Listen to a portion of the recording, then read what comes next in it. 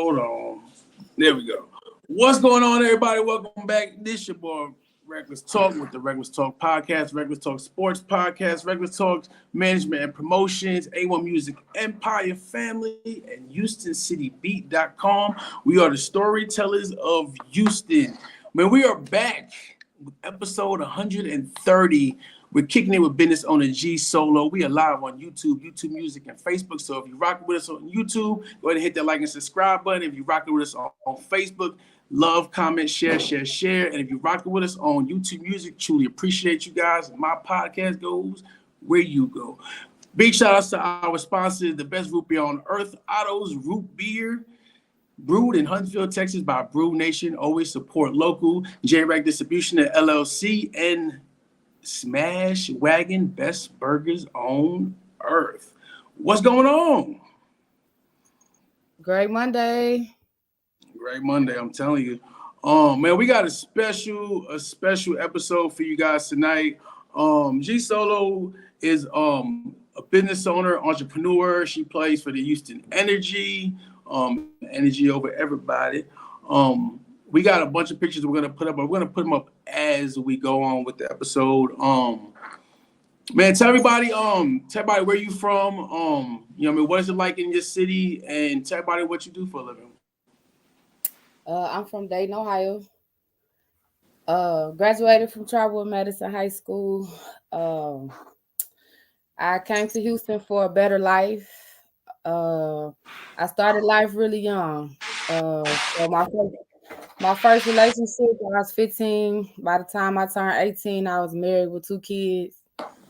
Was in an abusive relationship, so it was either me or him. So I had to choose my kids, and so I moved to Houston for a better life. So I came out here on a journey. First, I had to get myself together. And now I do a lot for the community. So my company is called OCD&SERVICES, Organize, Categorize, and Declutter. And I help those that are challenging with mental issues, whether it's PTSD, grief, depression. I deal with a lot of hoarders. People will see a house and think, oh my God, that person is just so nasty, so dirty. But I can guarantee you 95% they're going through something mentally and they just don't have the strength to clean up. I like it. Like you said, you do a lot of give backs for the community, you do a lot for the community. We're gonna touch on mental health. I think that's one thing that's not touched on enough in this world. You know what I mean? We're gonna pull some pictures up. You also you recently had like a pamper donation. Yes. So like I said, I got pregnant at 15, had my first child at 16. Of course, the days are different now than they were in 1998. However, I just know that there's a need. So yes, giving back to the community where there's teen parents, that's something in my heart. So yes, I belong to Order Eastern Star, Morning Star 10. So we all collectively got together and did a pamper and wipe drive, and it actually went awesome. We was able to help 2 high schools, a few women that's in my battered relocation program, battered women relocation program. I helped 2 mothers that just needed a little bit of encouragement, a little bit of help. So we was able to help a lot of people. That's real dope, and big ups to you and to you and your team for that. We're gonna get to some of these pictures. Cause like you said, OCD. Let me pull this up. Organize, categorize, and declutter. So we're gonna pull up this picture right here. Here's the before picture of the garage. Y'all see that? Yeah. So this client, she actually was grieving her son. Okay. Yeah, and so I don't know how she found me, but she found me. Believe it or not, most of my clients find me. They were referred to me from someone else. And believe it or not, when they call me, they just ask for quotes. I'm not even knowing that there's a mental issue until I get there.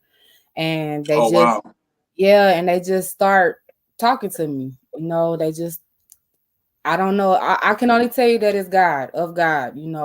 They just start talking to me and telling me what's going on, and we just go from there. That's awesome. How did you get started with this? With the helping the mentally ill and people with depression and all that. Okay, well, don't judge me, but I started this company. One of my close friends was a drug dealer, and every time I went to his house, it was just so messy. And I was like, "Nah, we can't rock like this. You gotta get your life together." So he saw how much that I like to organize and clean. He asked me to go help his grandma. And so she was my very first client. And just talking to her, she started telling me like just her past and things that she had went through. And I just was like, oh, okay, this is more than cleaning. And like I said, over the years, people that came to me, they don't just come out and say I'm stressed or I'm depressed or I'm grieving. Someone to refer me, and like I said, that it's like a mark on my head. I get there thinking that I'm just here for this job, but then they actually start breaking down and telling me how it got like this. And so I don't know, here I am today. And you said most of the people reach out to you. Where can people find you and to locate you for your business? So I'm on all social platforms: TikTok, Instagram, Facebook. uh I think it's OCD&SERVICES on all platforms. I try not to spell it out because it's kind of long. Yeah. My website is being worked on right now, but that's also ocdandservices.com. My business line is 832-510-8368. Awesome, awesome, awesome. We're gonna pull up some more pictures. Here's another before picture of a bedroom. Y'all see that? And then look at this Yes. after, like a whole new room. Yes, this was another favorite. A hardworking couple. Mom and dad just gave they all to their kids, grown kids, and mom just needed a break. She wanted her house back, and so she just gave me total control. She allowed me to paint the walls. We did the carpet. I had fun in that room. Yeah, that's a I lot. knocked out depression one room at a time. It's a lot. Like I'm gonna pull up this before picture again, as everyone can see. It's like night and day. It don't even look like the same room. Like, you know what I mean? With the paint job on top of that, awesome paint job, by the way. Thank you. Yeah, that's totally, that's awesome. And we're gonna get to some more right here. It's gonna be a closet right here. So let's pull this up. Yeah, closets are tricky. Closets take time because you have to do a lot of decluttering. The client have to decide what they want to keep, what they don't want to keep. Lucky for me, things that clients don't want, they usually allow me to take it to the battered women that I help. That's awesome. Look at that. That's crazy. Night and day. Night and day. That's super dope right there, for real. What inspires you to do what you do, and what keeps you motivated? A lot. So I touched a little bit about me being abused. My background, I was abused as a child, going into a marriage at an early age, being abused. So I know all about depression. When I moved out here, I was depressed, didn't know it, and everybody deals with depression different. Well, my depression Mhm. affected my body, and so like I bled 8 months straight, and doctors couldn't really tell me what was wrong till towards the end. And so I just everything that I do, I have a story for. It's something that I've been through, and most of my trials and tribulations I've had to get over by myself. So I feel like if Mhm. I can help others, they can get a lot further than what I did because I was by myself. So that's Yeah. one of my motivations. Another motivation is my dad. He was in Ohio. I did not know that he had cancer. He had a stroke in 2016, so I would go back and forth to check on him. One day, 2019 in October, he told me I had to come get him. Came and got him. I took care of him in his last days of his life. And that man, I don't regret it at all, but it gave me a like just a different outlook on life.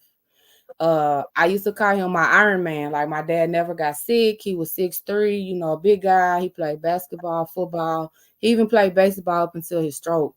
So to see a tall man where I need help picking up, go to where I don't have to pick him up, it was a lot. Yeah. For me. So just to see the beginning to the end, I had to cope with all of that, still doing my business, still helping better women, still helping teen parents, still taking care of my own. It was a lot. So my dad is definitely another motivation for me. My kids, I have 4 kids. Let's see. My son will be 26. 25. Dang, that's bad. But I have my daughter be 15 in May. It's crazy. My kids is May 6th, June 9th. No, let me go back. March 1st, April 2nd, May 6th, and June 19th. Oh So wow. Okay. yeah, so my kids, their months is like back to back. So I have 4 kids. 2 come from a military background. I got one right now in college. I got a 9th grader. We trying to finish these last 4 years out strong. So I have 4 grandkids. So those are my world.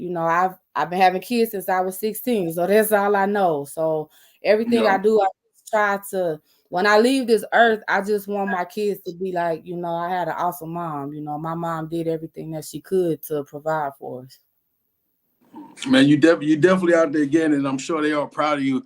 Man, what would you say has been one of your most memorable jobs you've done, or should I say help when it comes to helping people? Because it's your job at the end of the day. You're truly helping. You know what I mean? Helping change lives. So what do you think was been? Let me rephrase that. What are your most memorable projects? The one that I'm on now, I do have a few, but the one I'm on now, I've been doing it for maybe 6 months. It's a small city close to Louisiana. Just when you think you've heard it all. So someone contacted me. This lady, she's a sibling of 4. She's lost everybody. She's the only one living. So like Mhm. I think her mom passed first when I believe she was in high school, but needless to say, while she's grieving over one parent, the next parent died. So now she's grieving over 2 parents. Now a sibling died. Now she's grieving Yeah. over 3, sibling died. So the house that I'm working on, if I show you, you'll be like, oh man, tear that house down. But I really have to have patience with this house. I can't just go in there and just be like, oh, this trash, throw everything away. Like I really had to treat it like it's a piece of glass. So everything I pick up is a memory for her. So you may think it's just a piece of newspaper, but it's her brother, something he did good in school, Yeah. or you may be like, dang, this lady got a lot of books, but she wrote notes, in every book. So I had to shake each book, make sure there's nothing in there. So this project is a lot. When she first went down there with me, when we first started, she just broke down and she said, why did everybody leave me? And when I tell you that I could feel like she finally just was like, I can let it go. She Yeah. held that in from her daughter, and her daughter, I think, is my age. I'm 42. So just think she's held this so long from her daughter, she's held it from her husband. And so what they saw was a hoarder. They saw Yeah. this lady at the shop, they see this lady don't like to clean up, but that wasn't it at all. Grief doesn't have a time. Grief doesn't have a time or a time limit. And so you may get over your loved one in 30 days, come back to it once in a while, but she never was able to let go. So this project that I'm on now, it's a slow process. I do have to go down there often. She didn't want the house torn down, and so she's allowing me to be a part of the remodeling.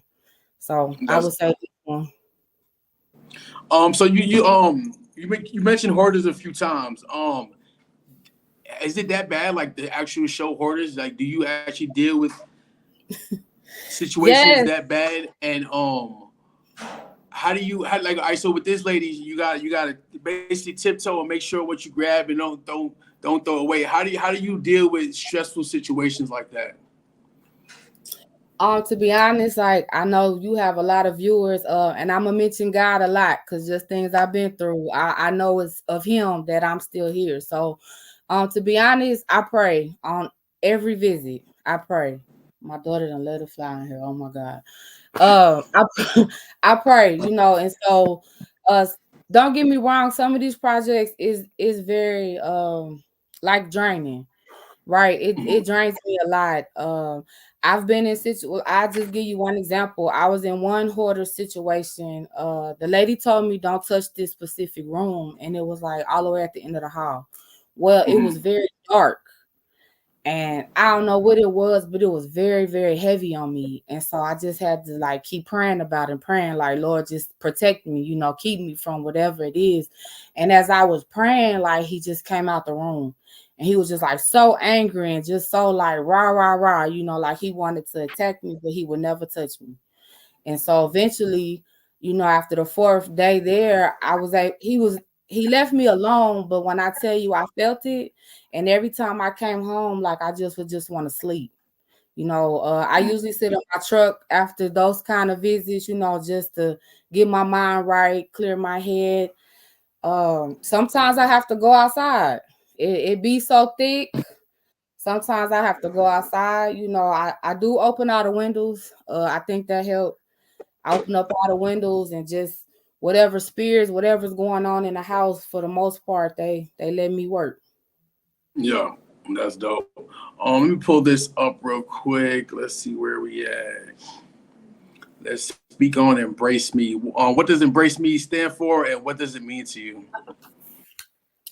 So I came up with embracing me. Like I said, when I moved down here, my mind wasn't right.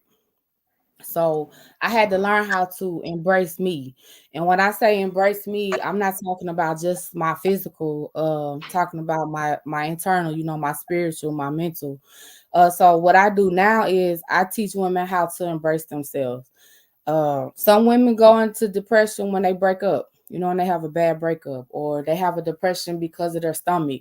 I talk about tiger stripes a lot because I got them. I got 4 kids natural, they stretched me out. And so embracing me is just a method of encouraging women, men too, but for the most part, I help women just teach them how to embrace every flaw.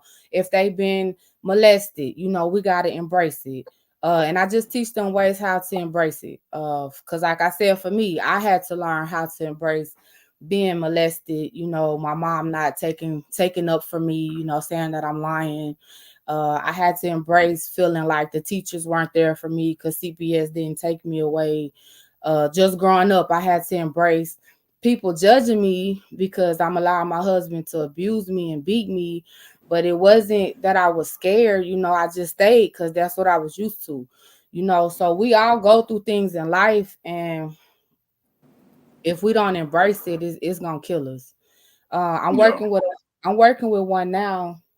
She was on the corner asking for help, and somebody took the picture, put her on Facebook, and like everybody was it was just overwhelmed with negative, just negative feedback. And so I kept being tagged. Finally was able to get a hold of her, and you just be amazed. She already feels some type of way because she felt like that was the lowest of the low, to go out here and ask for help. And then you have people for clout like, oh, I send you this, I send you that. They never sent it. Yeah. um she had church people saying, oh, we'll collect money from our church, and on Sunday we'll bring it to you, and she never got it. And so embracing me helps people like this, and me not knowing that she left an abusive relationship. That goes back to me telling you, like, these people come across me and I'm not knowing what my journey is, or what my assignment is with them until we get deeper into the conversation. And Yeah. so knowing that, she left her abusive man, trying to start over with his kids, and now she need help. She had one pay her gas bill, and then the person told Centerpoint it was fraud. So now she's living with her lights off. So I deal with a lot. Like, women go through a lot, and they're either scared or they just, they don't want to go through what she's going through. So embracing me is just helping on all aspects of life. Well, with you being a survivor yourself, what advice would you give to a man or a woman that's in that situation that's trying to get out or probably just stuck in that situation? An abusive relationship? Yeah. So like I said, I started earlier. Part of my embracing me journey, believe it or not, I hate speaking in public. I'm from up north. I don't know if you ever dated an up north chick, but most of us knew how to carry blades in our mouth. So I could talk to you, without doing it. I could kiss a man without you knowing, like I could eat with it. So the first time that my husband hit me, of course, it cut the inside of my mouth. That's the last time I had a blade in my mouth too. But it kind of slurred my speech. And so I never in a million years would thought that I would be here today. I say that to say that first hit, you just be shocked, right? Like, damn, this nigga hit me. And men go through it too. Like when female hit them, because men do get abused. They don't want to talk about it, but it happens. I can't tell any person that's listening and going through that until they're ready. It's not too much that we could do for them. Not all stories end up in horror stories. My husband tried to kill me. Like I literally watched him load the clip, put the gun to my head, pull the trigger, and I guess my angel said not today because I'm still here. I Yeah. hear a lot of women say, "Girl, I could never," or I hear men say, "I know there were signs. You didn't see no signs." No, my ex-husband was, man, he was my savior. He took me from a bad situation. I probably would have went with anybody. He just was the first man to say I was beautiful. He could have been lying as far as I know, but I went there. And like I said, we had one kid after another, and so sometimes you don't know what a person grow up. They're sorry, I can't breathe. I have a thyroid issue. We'll talk about that in a minute. But people upbringing is different, right? And so for my upbringing to go to an abusive relationship, that was normal to me, right? Everybody don't have that story. But that goes back to the embracing me. When a woman don't love herself, we pretty much deal with anything. I used to have long hair, and I told my ex-husband I was gonna leave him, and I woke up one morning, my hair was all over the bed. And one thing he said was, ain't nobody gonna want you now. You fat, you got 2 kids, short hair, and before you know it, that stuff stick with us. So um I would also tell them, don't be embarrassed. I still ask my best friend till today for forgiveness. I didn't tell her what was going on. She lives in Ohio. Hey Wanda, if you're watching. Uh I feel like she wouldn't be able to help me, right? Because we're young. You supposed to be thinking about prom and what you doing out of high school. And so I never told her. So I went through this Yeah. alone. I had wrote a letter, and the letter was like, if I ever died, that's who I wanted my kids to be with. And she knew that, but she didn't know, why. I would tell people to try to find just that one person, that one person that you could talk to, because who knows where I would have been if I just had somebody to talk to. I didn't have family to talk to because my mom and stepdad made it seem like I was just this wild child, and I done ended up and got pregnant. And as a kid, it's you lose. You can't, go up against an adult saying that you wild. You can't convince nobody that that's not the truth. Yeah. So, I really didn't have anybody. Some of the women here that relocate, they feel the same way. They move from another state, and who can they talk to? They don't have nobody. Or a person, one that I get all the time, a person can have 3 or 4 kids and she get ridiculed. Like, oh, well, you still with that man, you let him beat you. And I'm telling you, it don't be like that. Some women stay with their man for financial gain. Some women been a housewife for so long, where they gonna go? They don't have no degree. Yeah. What they gonna do? Um, every situation is different. I just learned to be patient. I learned not to judge. It's crazy that I went through all of this as a teenager, as a child. So now that I'm older, I'm able to help women of all ages. Yeah, which is really dope, and this is really powerful. This is really powerful. With what you've been through, especially at such a young age. The resilience. For those watching, I'm not sure if y'all recognize G Solo, but she was on our sports show last week. She plays for the Houston Energy. Let's pull that up. Also, with everything you've been through, it's amazing that you're still positive about life and everything you're doing. Oh, let me back out because this is lagging real bad. Give me 1 second. This is lagging bad. Give me 1 second.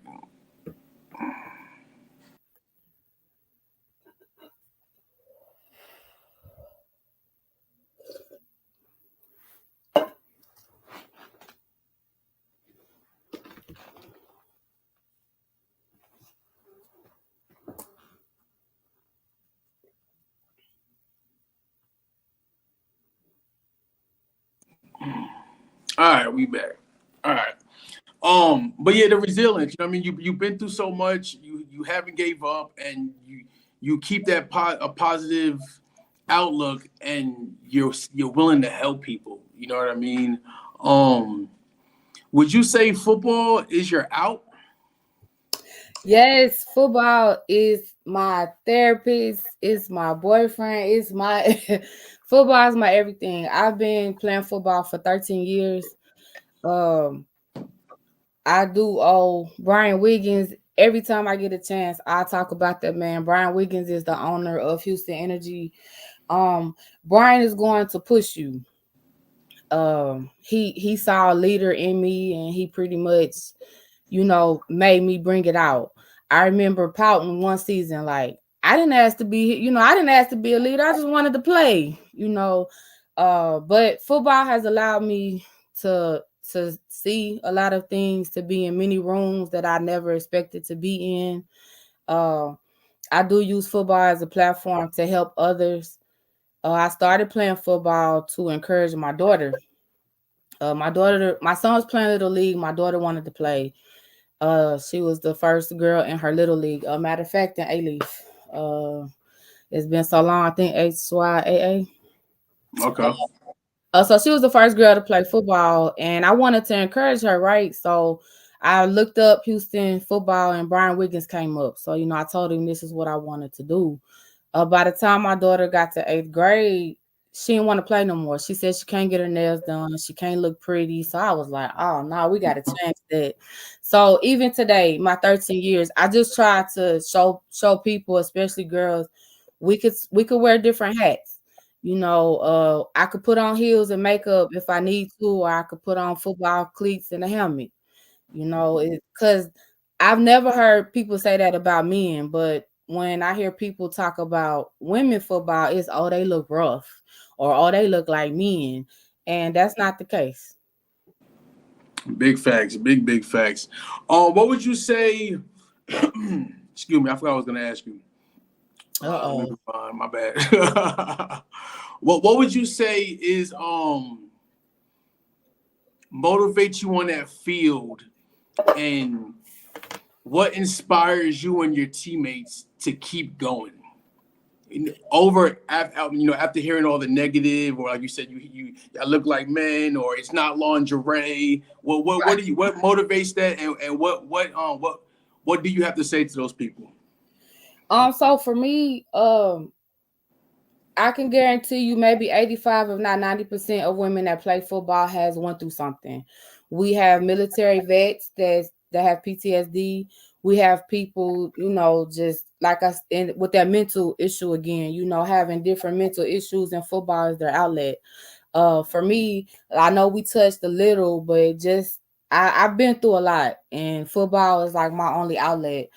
Defense, I love defense. Like I get to put all this pressure out and don't go to jail.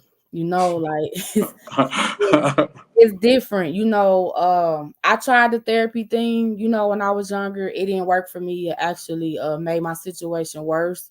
Um, I'm not saying that I'll never try another therapist again, but I can tell you for 13 years, football has been my therapy. Um, I don't even think my coaches know this, but there's sometimes when I go through stuff, I'll find a football field and I just sit there. Um, Especially when my dad passed, like my team really rocked for me. One of my Alasia, she was like, you always here for us, you know, let us be here for you. And you know that was different from me. I'm like, okay. My coach, um a couple years ago I found out I have hypothyroidism. I didn't know, I just thought I was fat. I was 300 pounds. Usually after football season, I didn't practice, right? I just sat down like, oh, thank God. And so I'm thinking I'm just out of shape. I'm fat. One day, I had to go to the hospital. Felt like a brick was on my chest. I couldn't breathe. Um, Not even realizing my daughter had took a picture of me and she sent it to Brian. So like 3 days later, I get these text messages and these calls like Brian cussing me out. So a little about thyroid, you always feel like you can't breathe, right? So you didn't see it last week because it was like 10 of us on the call. So you know, I had time to breathe, you know, through that. Um, one day I'm big, one day I'm not. And so I have to work harder as trying to be a football player. Because a new coach might be like, oh, she out of shape, she can't breathe, you know, like that's not it at all, you know. Every day I have to do at least 45 minutes of something, you know. So off season, on season, if I'm not at practice, like just for me and my health, I have to work out. And so people's situations are different than mine, but we all going through something, and I'm sure people can relate to me when I say football helps me. So football is my motivation to keep me healthy with this thyroid level, because I don't take medicine. Uh, Yeah. I stick to CMOS. The doctor told me I should be 215. The smallest is 225. For some reason, I can't get there, but football helps me through my health, through my mental, and it makes you walk different. You know, you because you wear that energy on front and back. You know, you have to talk different. I mean, that should be with anybody, but I just know with football, we looked at, you know, we Yeah. already criticized. Like yesterday, we had a great time. We had our kickoff party and no drama. Houston Energy, like we treat each other like a family. You know, we argue like a family. You know, we have disagreements. On that field, we won. You know, we all get together. We all have different chats. You know, we have a defense chat, offense chat, on D line chat, a chat with the coaches. We joke, you know, but we know when it's time to get serious. And so just that close bond, people need it. We have people that travel from out of state. We have people that just moved here, don't have no family. And so if we brought all that negativity, you know, then they'll be like, dang, this not what I want. So football is a variety of a helping tool, should I say. That's super, super dope, man. Man, y'all make sure y'all catch the Houston Energy this season. Their first game is April 27 in 2 weeks against OKC Force at home. It's gonna be super, super dope, man. I know what is it, May 18th, we have Korean R&B singers singing the national anthem. May 4th, we have some artists, some Mexican artists performing also. But man, these some amazing women, man. They out there doing it. They're a championship football team on top of that. You know what I mean? So let's put some respect on their name. Real quick before we go ahead and end this, community givebacks. Like I said, we talked about earlier. Y'all did the Pampers and stuff. What other stuff do y'all have lined up throughout the year? So I pretty much do something every month. Just depends on what come my way. Sometimes I'll get 2 women a month. Uh Sometimes I do something big like like the pamper and wipe drive. Right now, so if anybody's listening and have a teen mother that's a senior, I usually adopt one every year. So this year I had actually picked two. Um, one decided not to go, so I can't make her. And the other one, they moved out of state. Mm-hmm. So I know some high schools have already had their prom, but I'm just believing that we still have time. So that's a project that I'm doing. And so what I mean by adopt them for prom, I try to take care of everything: their nails, their hair, makeup, their dress, transportation. I usually make a gift basket for the baby, however old the baby is. Try to find them childcare or pay the person that they already have, just so they can enjoy their prom. I've been doing that for maybe the last 6 years now, and I do that because it was given to me for my prom. I was like, I can't go to prom. You know, I got two kids. Matter of fact, my son was, I think my son was 2, and my daughter was just a few months. And so I was like, I can't go to prom. You know, I'm a mom. I can't afford this. And so prom was given to me. And I didn't have to take care of anything, you know. So I just try to give back and do that. So that's a big project, prom. I always do try to do something for back to school. And throughout the year, like I don't know if you saw yesterday, the other day, is today Monday? Okay, so yesterday I got a text message. A second grader is getting bullied at school. Why? He has a growth spurt. His pants is flooding. You know, shirt look too tight. So that's a project that I'm taking on. It just depends. Like I said, when something is sent to me, like my personal number is not on Facebook, but these people definitely get a hold of me.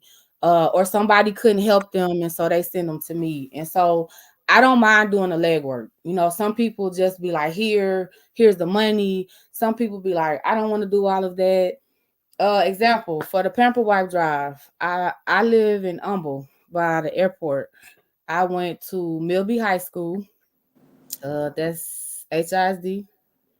I Mm-hmm. think one of the ladies that I relocate, two of them, I have them in maybe an hour and a half away from me.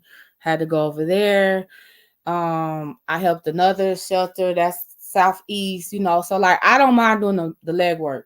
I go to the store, I travel, I do whatever needs to be done because I know a lot of people either don't want to do it or they just so judgmental. They be like, oh, they don't need help. So I don't mind doing the legwork. My downfall, my issue is not getting enough resources to help. Yeah. Like today, the picture that I got with her gas bill being $300, and you know somebody scammed her, paid it, took a picture to show their followers that they've helped somebody pay their bill just to call and say that they didn't pay it. You know, so like right now I don't have 300 to send her, you know, and Yeah. so sometimes like that I'll be like, dang, I need resources. I don't mind asking. The Bible say we have not because we ask not. So I don't mind posting on my page, you know, hey, I need help. And sometimes I get negative comments, you know, like how I know you gonna buy it. I have no problem showing y'all the receipt. Yeah. However, I do believe in keeping people's identity private, especially my women that are getting abused. Yeah. Some of them haven't left yet. Some are in the process of leaving. Sometimes those could be deadly situations. So I just try to keep people identity private. And so with me doing that, I'm not the type that I hold my phone with a box of Pampers and a person like, look, you know, look what I'm doing for her. So because I'm not that kind of person, sometimes people don't believe that I'm actually out here working. Yeah. Okay, everybody wants to pick up their phone and take pictures. Look at me, I'm helping this person. Yo, big shout out to Coach Wiggins, man. Coach Wiggins in the house, man. Man, Hey, I hope you Cole. made it. Hope you made it to Thank you. Colorado safely, Coach. Yeah, we talked a little bit earlier. Big shout out to Coach Wiggins, man. Good dude, doing amazing things. Man, this is dope. This is really dope, man. We're gonna go ahead and end this, but I truly hope we reach somebody. You know what I mean? I hope you know, somebody watching or somebody that's gonna be watching in the future. You're definitely on a unique journey. You know what I mean? We all appreciate what you do. I had an episode. What was it last night? I talked with Yummy Treats. I talked with my big brother CEO Dion Garcia, CEO of A1 Music Empire, and I think we definitely all need to get together, do a back to school something, you know what I mean, or do some community cleanup, you know what I mean. I think with all of us teaming up doing something like that could be big, and we could definitely reach a lot of people for sure, for real. One that I do want, if I could get enough resources, every year for Christmas, people do what? Christmas toy drive. Yes. Mm-hmm. However, a toy makes a kid happy for how long? A moment. So let me tell you something that my grandma taught me that it took me maybe till I got 30 to understand why. Every year, I have a bunch of cousins, and my grandma would wrap socks and underwear. The worst gift as a kid. And I'm telling you, like, she would take her time to wrap every pack of socks and underwear. And so, after a while, the kids just like, thank you, grandma, very excited. But on inside, we like, we don't want this. Yeah, again. But as I grew up, I understand. So yeah, if I just could get the community to back me, to help me, I would like to do a drive. I don't know what we would call it, but where we're gifting shoes and clothes and underwear and socks. The necessities. Thank you. A necessity drive. Because right now, like the kid, we're in April. I think most schools have like 40, 45 days left of school, where you have this kid getting bullied because he can't fit. So yeah, everybody do a back to school drive in August, but what if we did a necessity drive for school in the middle of the year? I can't believe that kids are this young bullying. It's like crazy. Right? Dang, and we get it, right? Kids have growth spurts. I remember from my 8th grade to 9th grade, I had to change basketball shoes like 7 times. We have a growth spurt, and depending on the parents' income, they don't have it. Mm-hmm. And by far, I'm not rich. I remember I was at TSU working on my master's degree, and I went back to work at KFC. Like, I gotta get it. I gotta get it. As you see, I paint, cut grass, garden, like whatever I need to do to make my money. So I'm not rich by far, but I just feel like $1 go a long way. Mm-hmm. If you had 200 people watching right now and they just sent $1, that's $200 towards this lady light bill. You know what I'm saying? So I just believe in giving. I believe in the more people that back me up, the more that we could do for the community. Man, I definitely agree, and I like that. I like that necessity drive. That's dope. That's definitely dope, man. We definitely need to set that up, man. Between you and your connections, me, my connection, our team, I think we could blow this up and make it an annual thing. I truly believe it. Along with a drive for Christmas and everything else, and back to school.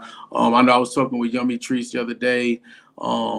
They want to try to do a back to school, giving out, I think what they said, 1,000 backpacks with supplies.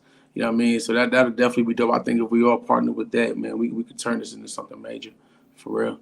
It's definitely important. These kids are our future. Fuck these bullies, man. It's ridiculous how these kids get bullies.